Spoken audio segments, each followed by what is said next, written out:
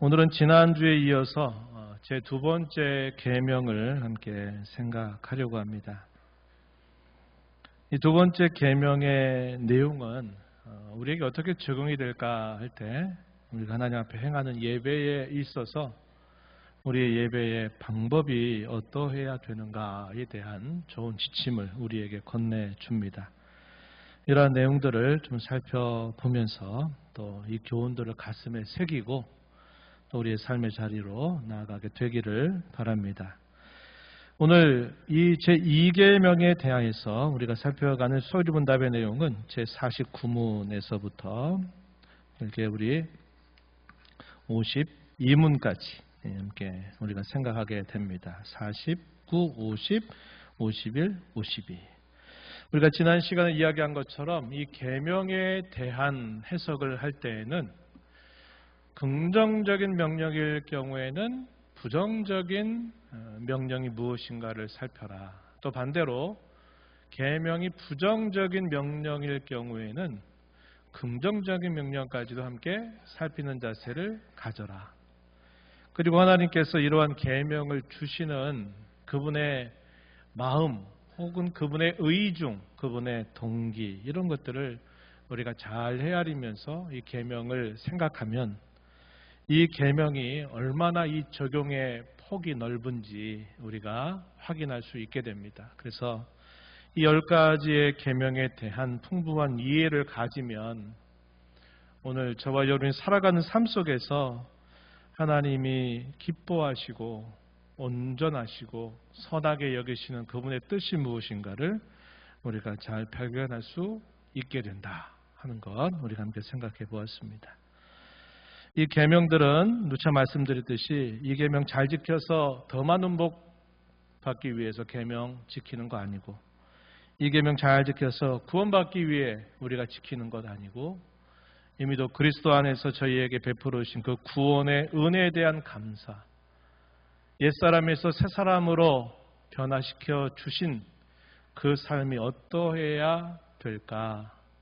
우리를 사랑하시는 그 하나님을 사랑한다 그럴 때 우리가 어떻게 하나님을 사랑해야 되느냐 하는 것에 대해서 우리에게 좋은 길과 방향과 지침을 주는 것이 이 십계명의 내용이다. 여러분들이 이렇게 생각하시고 여러분들이 이 내용들을 살펴보시면 큰 도움이 될 것입니다. 제가 질문을 던질 테니 역시 함께 한 목소리로 답변을 해주시기 바랍니다. 제49문 제2계명은 무엇입니까? 제2계명은 너를 위하여 새긴 우상을 만들지 말고 또 위로 하늘에 있는 것이나 아래로 땅에 있는 것이나 땅 아래 물속에 있는 것에 어떤 형상도 만들지 말며 그것들에게 절하지 말며 그것들을 섬기지 말라.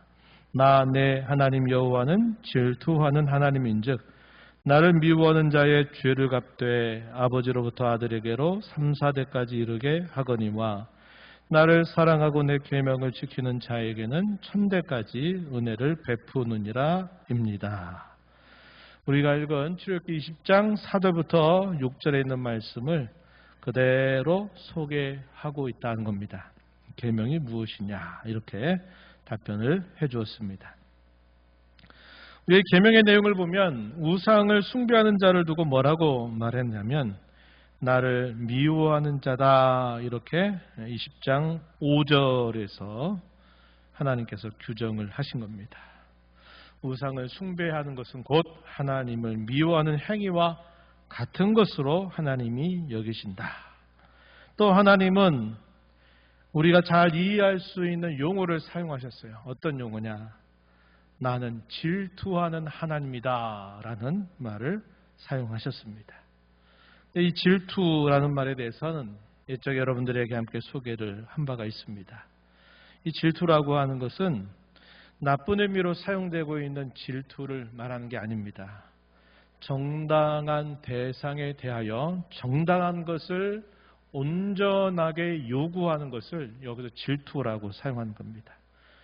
하나님께서 자기 백성들을 향해서 하나님이 자신을 온전히 내어 주신 것을 전제해서 하나님이 자기 백성들에게 너희도 온전히 내게 마음을 주어라. 나는 너희의 온전함을 원한다. 너희의 삶의 한 끄트머리, 너희의 삶의 한 액세서리 같은 것들을 남아서 나에게 주는 거 말고 너희가 참 마음을 나에게로 주어라. 나는 그것을 얻기를 원하는 자고 난 그러한 권리를 너희에 대하여 가진 하나님이다. 이런 표현들을 사용하실 때 질투하시는 하나님 이렇게 표현하고 있다는 것입니다. 이런 표현들을 사용하신 데는 중요한 전제가 있어요. 그건 뭐냐면 하나님과 자기 백성 사이에 맺어진 언약 관계를 전제하고 있다 하는 사실입니다. 하나님과 그 백성 사이에 끊을 수 없는 그 언약에 전제하여서 하나님이 자기 백성들에게 온전하게 하나님을 바라보도록 하나님을 향하도록 원하신다 하는 것을 표현하고 있다는 겁니다. 읽은 말씀에 보니까 나를 미워하는 제 자에 대해서는 아버지로부터 아들에게로 3, 4대까지 그러나 나를 사랑하고 내 계명을 지키는 자에게는 1000대까지 은혜를 베푼다. 강조점이 뒤에 있는 것이죠. 하나님은 사랑하는 마음을 가지고 그의 계명을 지키는 자, 그러한 자를 참으로 기뻐하신다. 이것을 가르쳐 주고 있다는 것입니다. 이 계명이 요구하는 것 어떤 것이 있을까? 긍정적인 명령이죠. 계명 자체는 뭐뭐 하지 말아라 하는 말이었어요. 너를 위해서 우상을 만들지 말아라. 위로 하늘에 있는 것도 아래로 땅에 있는 것도 땅 아래 물속에 있는 어떤 것도 어떤 형상도 너를 위해서 만들거나 절하거나 섬기지 말아라. 부정명령입니다. 그렇다면 이 계명이 긍정적으로 요구하고 있는 게 무엇인가? 이렇게 다음 질문에서 던져줍니다. 제50문 제2계명에서 무엇이 요구됩니까? 답변해 주세요. 제2계명은 하나님이 자신의 말씀에서 정하신 모든 종교적 예배와 규례를 순수하고 완전하게 받아들이고 지키며 유지할 것을 요구합니다. 이 계명이 적극적으로 요구하는 것은 말씀에서 정하신, 이 표현이 중요해요. 말씀에서 정하신 모든 종교적 예배와 규례를 순수하고 완전하게 그리고 받아들이고 지키고 유지할 것을 우리에게 요구한다. 이렇게 설명을 해줍니다. 중요한 표현은 말씀에서 정하신 것이다 하는 사실입니다. 이에 대한 하나의 좀 역사적인 이해를 여러분들에게 소개를 하자면 이런 의미가 있어요. 종교개혁 이후에 우리가 잘 아는 대로 루터가 1519년 10월 31일 날 비텐베르그 성당에 95개의 그 반박문을 걸게 되면서 종교개혁이 일어나게 됩니다. 그래서 그 일에 가장 주도적인 역할을 맡았던 사람이 마르틴 루터였습니다. 루터를 통해서 계속 복음이 그 종교가 개혁이 되면서 이 루터의 종교개혁이 성공적으로 쭉 펼쳐져 가게 되면서 이 루터를 따르는 사람들이 많이 생겨나요. 나중에 후대에 가게 되면 루터주의라고 하는 하나의 신학 사상이 발전이 됩니다. 그리고 루터의 한 세대 뒤에 쯔빙글드라고 하는 사람, 그리고 우리가 잘 들어봤던 제네바의 칼빈이라고 하는 인물이 또 종교개혁을 잘 이어받아서 그 종교개혁을 완성하게 되죠. 그럴 때 특별히 칼빈의 이 가르침을 따랐던 또 일단의 무리들이 생겨납니다. 그래서 칼빈주의 혹은 개혁주의라고 하는 이름으로 불려지게 되는데 이 루터 교회에서는 뭐라고 말하냐면 하나님의 말씀에서 말하지 않는 것, 금하지 않는 것은 행해도 된다라고 하는 것으로 해석을 한 반면에 이 칼빈의 가르침을 따라 성경을 믿고 섬기는 사람들은 하나님의 말씀이 하라고 하는 것, 하지 말라고 하는 것 그대로 지켜야만 된다라고 주장을 하게 됩니다. 그래서 루터 교회에서 추구하는 예배 속에는 이 개혁교회에서 추구하는 예배의 순서들과 많은 차이를 보이게 됩니다. 그래서 여기 자신의 말씀에서 정해주신 모든 종교적 예배와 규례, 그것을 순수하고 완전하게 받아들이고 지키며 유지할 것을 요구한다 할 때 루터의 가르침보다도 이 칼빈이 성경을 해석한 이 가르침을 더 따르고 있다는 것을 우리에게 보여줘요. 근거 구절들 몇 개 한번 살펴보도록 합니다. 신명기 32장 46절 말씀에 한번 들어보세요. 그들에게 이르되 내가 오늘 너희에게 증언한 모든 말을 너희의 마음에 두고 너희의 자녀에게 명령하여 이 율법의 모든 말씀을 지켜 행하게 하라. 모세가 이스라엘 자손들에게 증언한 모든 말을 마음에 두어라. 자녀에게 명령하여서 그 모든 말씀을 지켜 행하게 해라. 이 말씀하신 대로, 말씀대로 그것을 지켜 행할 것을 촉구하고 있죠. 마태복음 28장 20절 예수님께서 승천하시면서 그의 제자들에게 분부하신 내용입니다. 우리 함께 읽어보겠습니다. 내가 너희에게 분부한 모든 것을 가르쳐 지키게 하라. 볼지어다 내가 세상 끝날까지 너희와 항상 함께 있으리라. 아멘. 분부한 모든 것을 가르쳐 지키게 하라. 이렇게 표현했습니다. 사도행전 2장 42절 초대교회의 아주 좋은 모습을 소개해 주는데 그들이 사도의 가르침을 받아들여 서로 교제하고 떡을 떼며 기도하기를 힘썼다. 이렇게 표현해 줍니다. 그래서 이 제 두 번째 계명이 요구하는 것은 하지 말라라고 하는 명령으로 주셨어도 적극적으로 긍정적으로는 하나님께서 말씀하신 그 한도, 그 범위를 따라서 모든 종교적인 예배와 규례를 온전하게 지킬 것을 요구하고 있다. 이렇게 설명을 해줍니다. 그렇다면 또 생각해 봐야 될 게 있겠죠? 그럼 이번에는 그럼 제2계명이 무엇을 금지하느냐를 묻고 답합니다. 제51문 역시 묻겠습니다. 한번 답변해 주세요. 제2계명에서 무엇이 금지됩니까? 제2계명은 하나님을 우상이나 그분의 말씀에 정해지지 않은 다른 어떤 방식으로 경배하는 것을 금합니다. 예. 제2계명이 금하는 것, 말씀 그대로 하늘에 있는 것, 땅에 있는 것, 땅 아래 물속에 있는 어떤 것을 형상으로 만들지 말라 하는 것은 당연하다는 겁니다. 우상을 금하고 있다.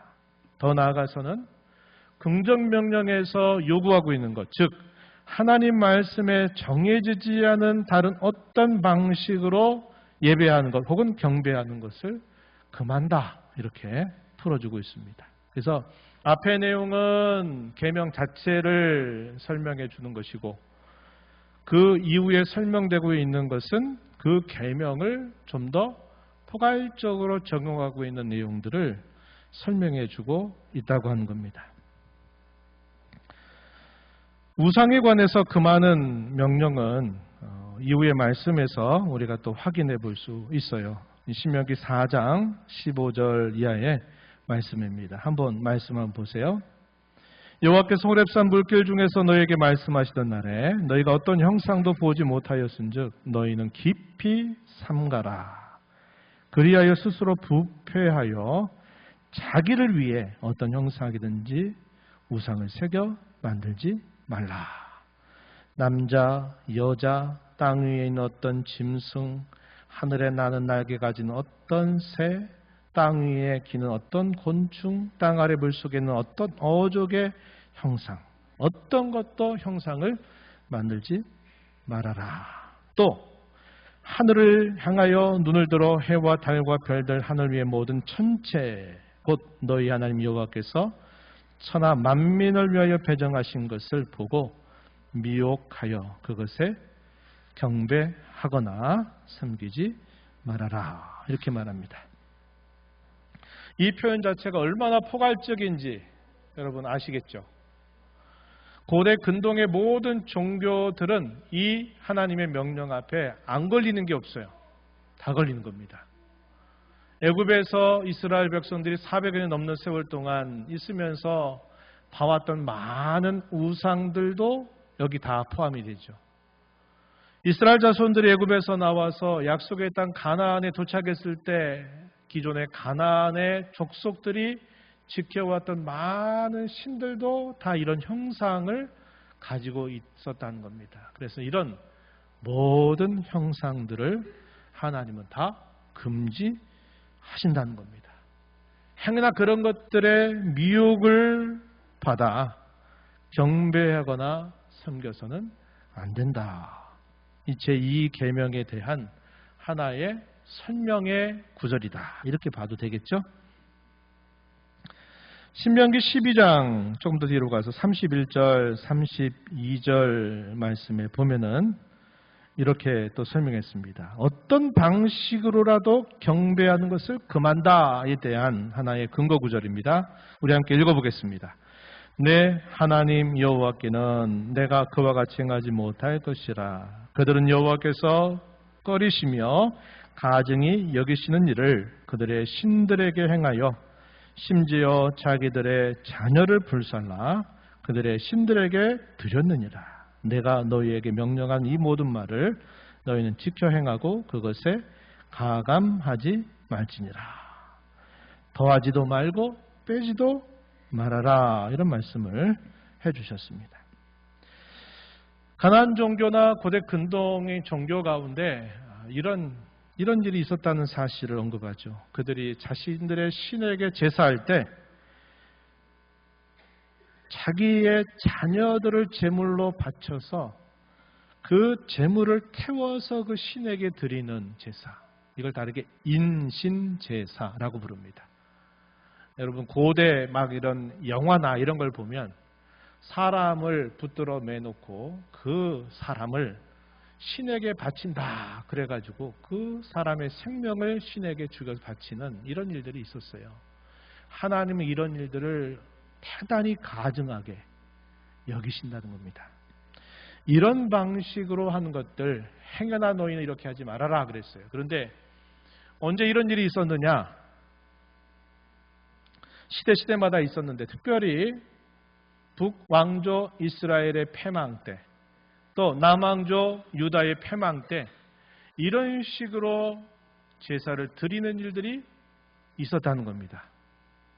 에스겔서가 이에 대해서 자세하게 설명을 해주고 있어요.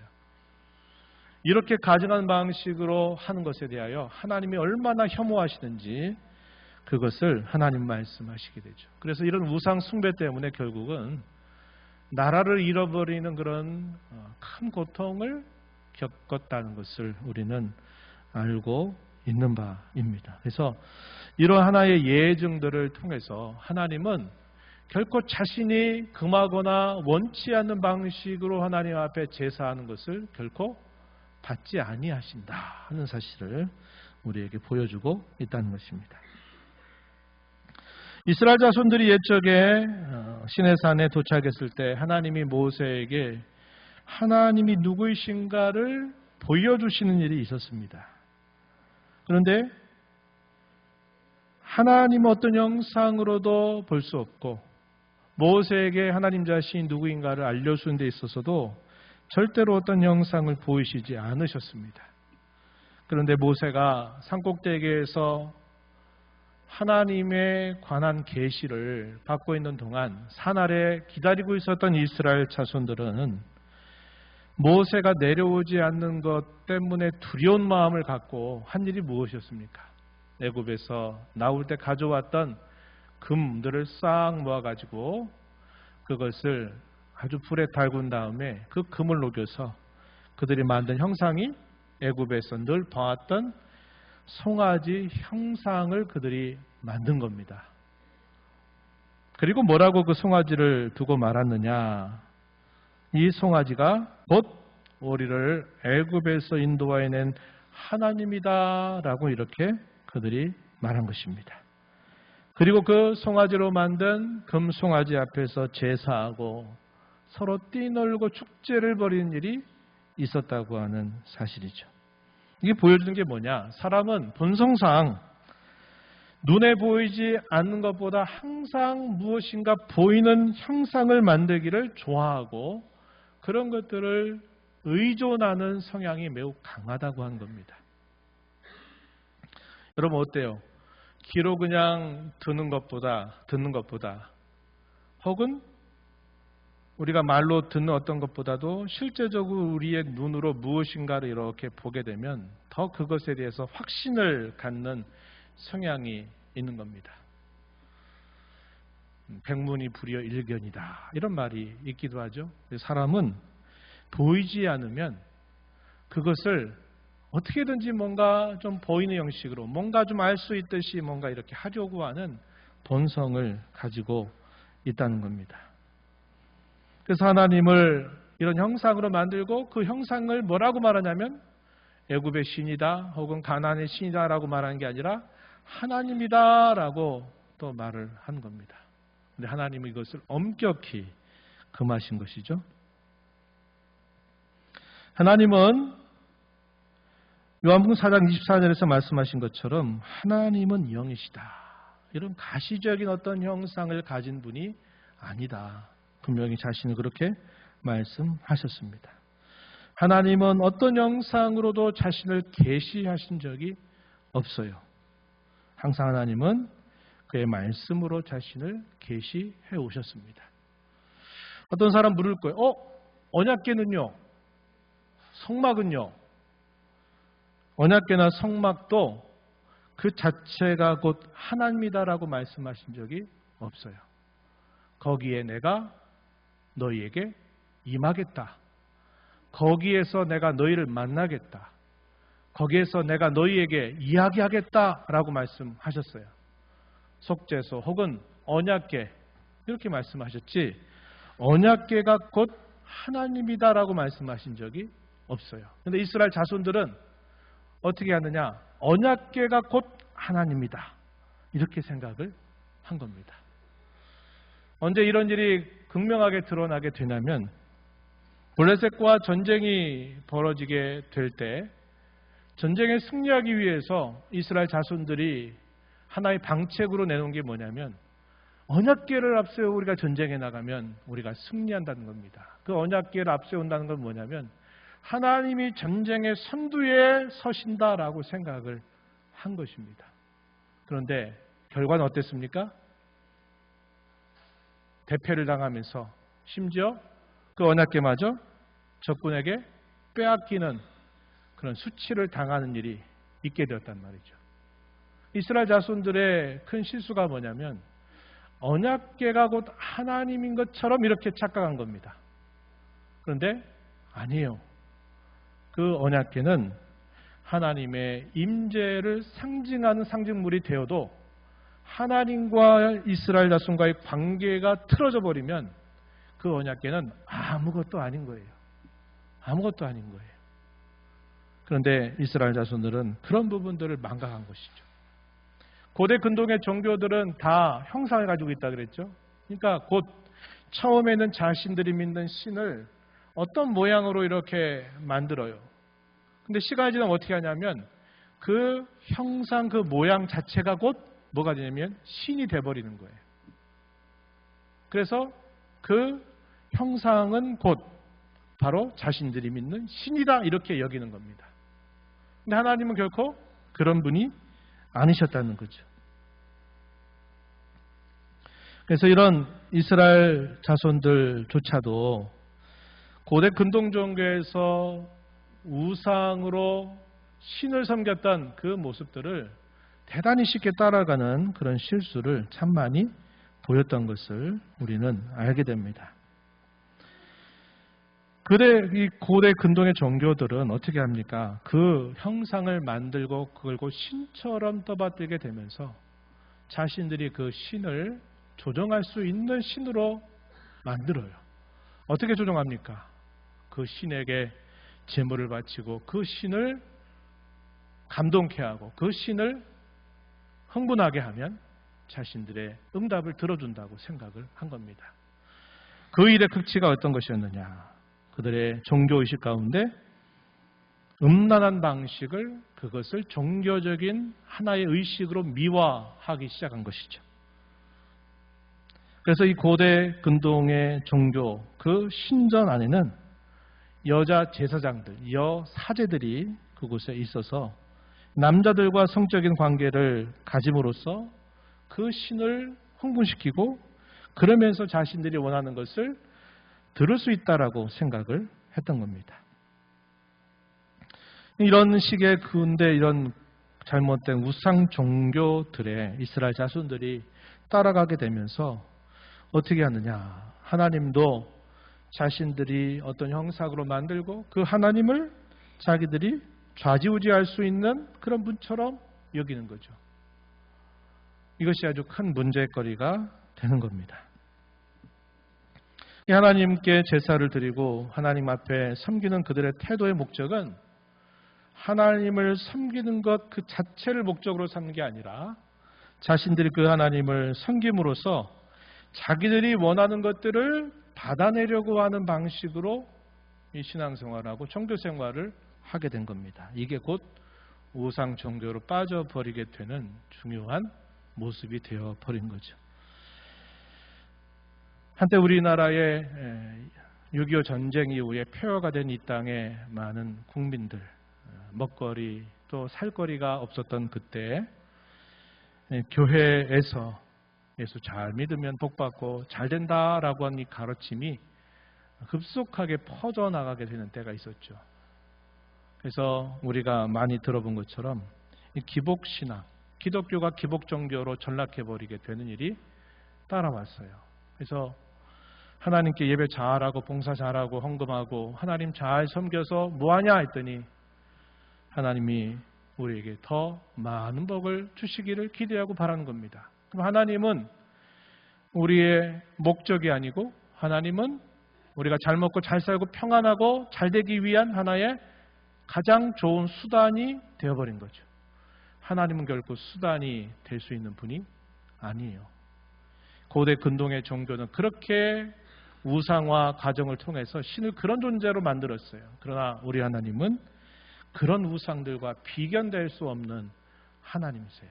그래서 하나님은 그분 자신을 섬기는 것을 가장 중요하게 여기시는 분이지 하나님 이름을 부르고 하나님을 고도의 수단으로 삼아서 자기가 잘 먹고 잘 살고 평안하게 행복하게 살면 된다 하는 그런 종교를 결코 인정하지 않으시는 겁니다.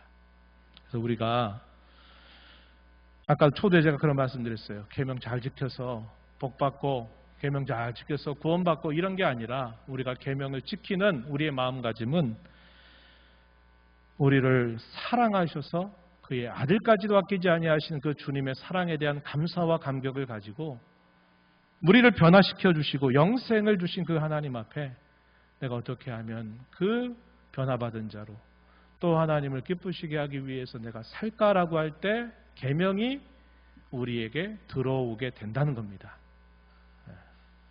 그런 자세로 우리가 계명을 지켜야만 된다는 거예요. 그래서 계명을 지키는 자리는 누차 얘기하지만 하나님을 사랑하지 않고는 계명을 제대로 지킬 수가 없어요. 그래서 모든 계명의 요약은 곧 사랑이다.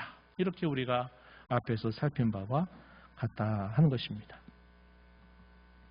구약 시대 보면요, 이스라엘 자손들이 광야에서 하나님을 원망하고 불평하다가 하나님께서 광야에 있는 불뱀들을 이스라엘 이스라엘이 꾸린 진영으로 막 몰아버리시죠.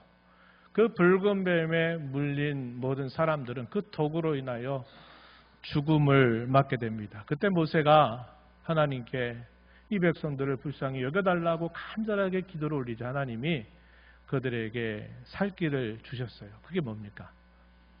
노수로 뱀을 만들어서 장대 위에 그것을 높이 달라고 하신 겁니다. 그리고 하시는 말씀, 장대 위에 걸려있는 저것을 보는 사람은 다 낫게 될 것이고 그렇지 않은 사람은 죽을 것이다 하는 대로 실제로 이루어지게 됩니다.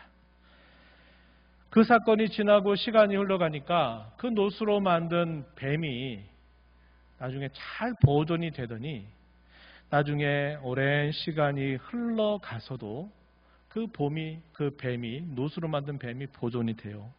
심지어 언제까지? 히스기야 왕이 다스리는 그때까지 그것이 보존이 되는데, 단순히 보존만 된 게 아니라 이스라엘의 후손들은 뭐라고 생각하냐면 저 놋뱀이 우리가 나을 수 없는 질병으로부터 우리를 치유한 그것이다 라고 여기면서 나중에는 이 놋뱀이 뭐가 되냐면 우상이 돼버리고 말아요.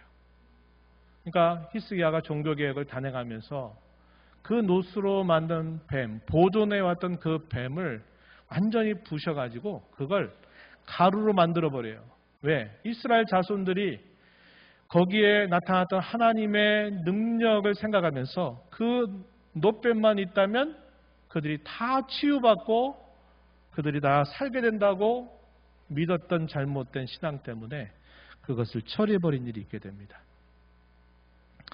또 우리 사사시대, 영적인 혼란과 어둠 시대에 기드온이 참 큰 역할을 했죠. 이 기드온이 구원자로서 역할을 잘 하다가 나중에 그가 어떤 일을 하게 되냐면 대적자들로부터 승리해서 얻었던 금을 가지고서 에봇이라고 하는 걸 만들어요. 이 에봇은 대제사장이 가장 겉에 착용하고 있는 중요한 것이죠. 하나님의 뜻이 무엇인가를 물을 때 중요하게 판정을 내리는 우림과 둠밈이 담겨져 있는 옷입니다. 이걸 만들어요. 그랬더니 이게 나중에 어떻게 되냐면 이게 우상 숭배의 빌미가 되면서 또 이것을 신성시하는 일들이 있게 된 겁니다. 구약의 성전이라고 하는 것도, 언약궤라고 하는 것도 우상이 될 수 있었고 실제로 그게 우상처럼 여겨졌던 때가 분명히 있었습니다.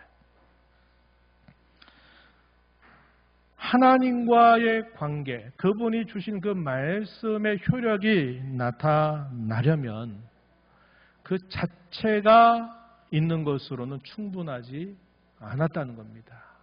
성전도 그것이 있으면 곧 하나님이 되는 것이 아니었고, 성전 안에 가장 중요한 거룩한 기구로 여김받았던 언약궤 혹은 속죄소라고 하는 것도 결코 하나님 자신은 아니었어요. 그분이 주신 그 말씀을 통해서 그것이 진정으로 하나님이 함께 하시는 것이 되기도 하는가 하면 그렇지 않게 되는 경우들이 참 많이 있었다는 겁니다. 그래서 가장 거룩하고 가장 성경적이고 한 것에서도 항상 우상이 만들어질 수 있다 하는 것을 성경 우리에게 적나라하게 보여주고 있습니다. 그래서 우리가 이런 계명들을 살펴보면서 항상 우리는 하나님의 말씀이 우리에게 가르치는 그 정도, 그 한도 안에서 항상 우리가 하나님을 섬기는 자세를 가져야만 된다 하는 것을 꼭 기억해야 되겠습니다. 제52문의 물음은 제2계명에 부과된 논리가 무엇인가를 묻고 답합니다. 뭐라고 답변하느냐? 52문에 보면 제2계명에 부과된 논리는 우리에 대한 하나님의 주권과 하나님이 자기 자신의 경배에 대해 갖는 열심입니다. 하나님은 우리의 모든 것을 주장하실 수 있는 주권을 가지고 계시다고 하는 것, 그것을 우리에게 분명히 보여주고 있고, 하나님을 경배하는 것에 대하여 하나님은 대단한 열심을 가지고 계시다는 사실을 우리에게 보여주고 있다는 겁니다. 그래서 우리가 그에 대한 하나의 대표적인 표현이 우리가 오늘 본문에서 읽었던 것처럼 하나님은 질투하는 하나님이다. 다른 신들에게 절대로 절하거나 숭배하거나 그들에게 예배해서는 안 된다라고 하나님은 말씀하고 있는 겁니다. 하나님은 하나님만 찬양과 경배를 받으시기를 원하시고 그 일에 대단한 열심을 가지고 계시다는 사실을 우리에게 이 계명을 통해서 보여주고 있습니다. 이제 정리하면 마지막 부분에 가서 한번 보십시오. 하나님이 우리에게 형상이라고 말한 것 중에 가장 중요한 것이 뭐냐면 우리 모든 사람을 그분의 형상이 되게 하셨다는 겁니다. 사람이 곧 하나님의 형상이에요. 특별히 구원을 받은 저와 여러분은 하나님의 진정한 형상들이 되었습니다. 이 말은 우리가 이 땅에 살면서 말이나 생각이나 모든 행실을 통해서 우리는 하나님을 보여주는, 하나님을 나타내주는 사람이 되었다는 것이고, 그런 사람이 되어야 한다는 것을 우리에게 가르쳐 주고 있다는 것입니다.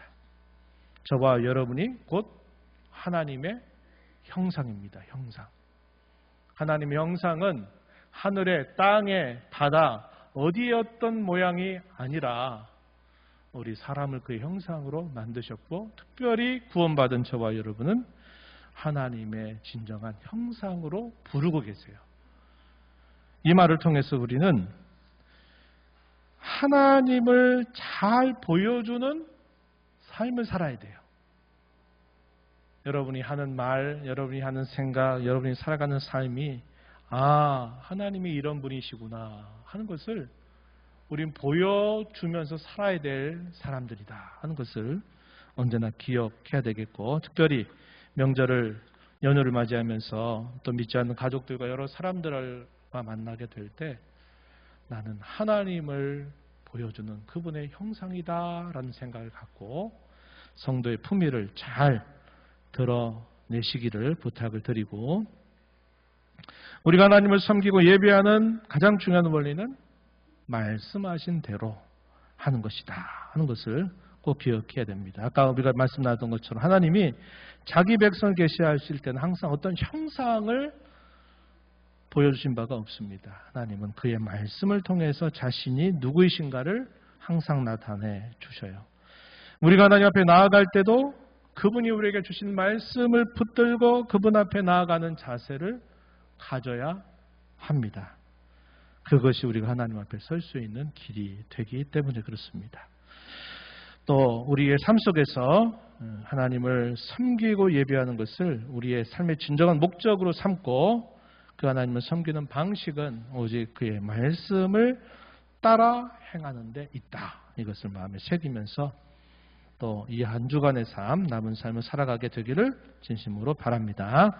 하나님 아버지, 오늘도 저희들을 불러주셔서 제2계명을 통해서 우리에게 주시는 하나님의 뜻이 무엇인가를 살펴보았습니다. 저희에게 요구하시는 것이 무엇인지, 또한 저희에게 금하시는 것이 무엇인지를 살펴보면서 무엇보다도 저희가 하나님을 섬기는 것은 오직 하나님께서 우리에게 주신 이 말씀의 한도 안에서 말씀 밖에 넘어가지 않는 그런 자세를 가지고 하나님을 섬겨야 됨을 교훈하여 주셨습니다. 그뿐만 아니라 저희들을 하나님의 진정한 형상으로 세워주신 것을 깨닫게 하시고 저희의 삶을 통해서 하나님이 누구이신가를 잘 보여줄 줄 아는 그런 삶을 살아가도록 저희들을 인도하여 주옵소서. 예수님 이름으로 기도하옵나이다. 아멘.